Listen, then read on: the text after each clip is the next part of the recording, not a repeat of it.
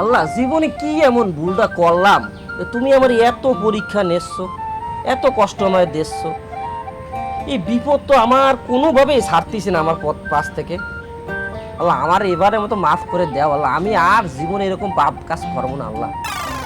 আমার ভুল হয়ে গেছে আল্লাহ।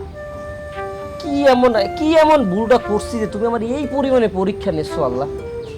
আল্লাহ তোমার কাছে হাত তুলছি আল্লাহ, আমার ভুল হয়ে গেছে, আমার ক্ষমা করে দাও আল্লাহ। আমি এখন এই 5 ওয়াক্ত নামাজ কালাম পড়বো, আমি সিগারেট গাঁজা মদ এই বিড়ি টিড়ি এই সমস্ত কোনো কিছু খাবো না, আমি একদম পুরো ভালো হয়ে যাবো আল্লাহ।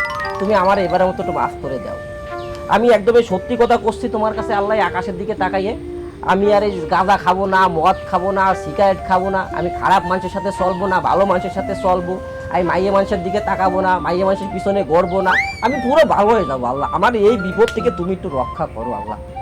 আমি আমি এই কষ্ট আর সহ্য করতে পারতেছি না আল্লাহ। দরকার হলে আমি 5 ওয়াক্ত নামাজ জামাতের সাথে পড়বো, ফজরের নামাজ পড়বো, যদি দরকার আমি তাহাজ্জুদও পড়বো আল্লাহ।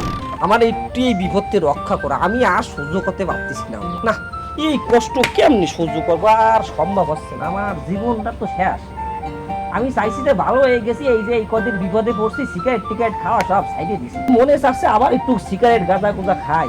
আল্লাহ তুমি আমারে বাঁচাও, আমি শেষ, একদম পুরো শেষ। মনে হচ্ছে মাথা মোটা পানি কি টাকাই টোকাই একদম ফাটাই ফেলাই গো। তাও তো লাগে মাথায়, কি করবো আর ভাল লাগে না, এই তো যন্ত্রণা, না আর পারবো না।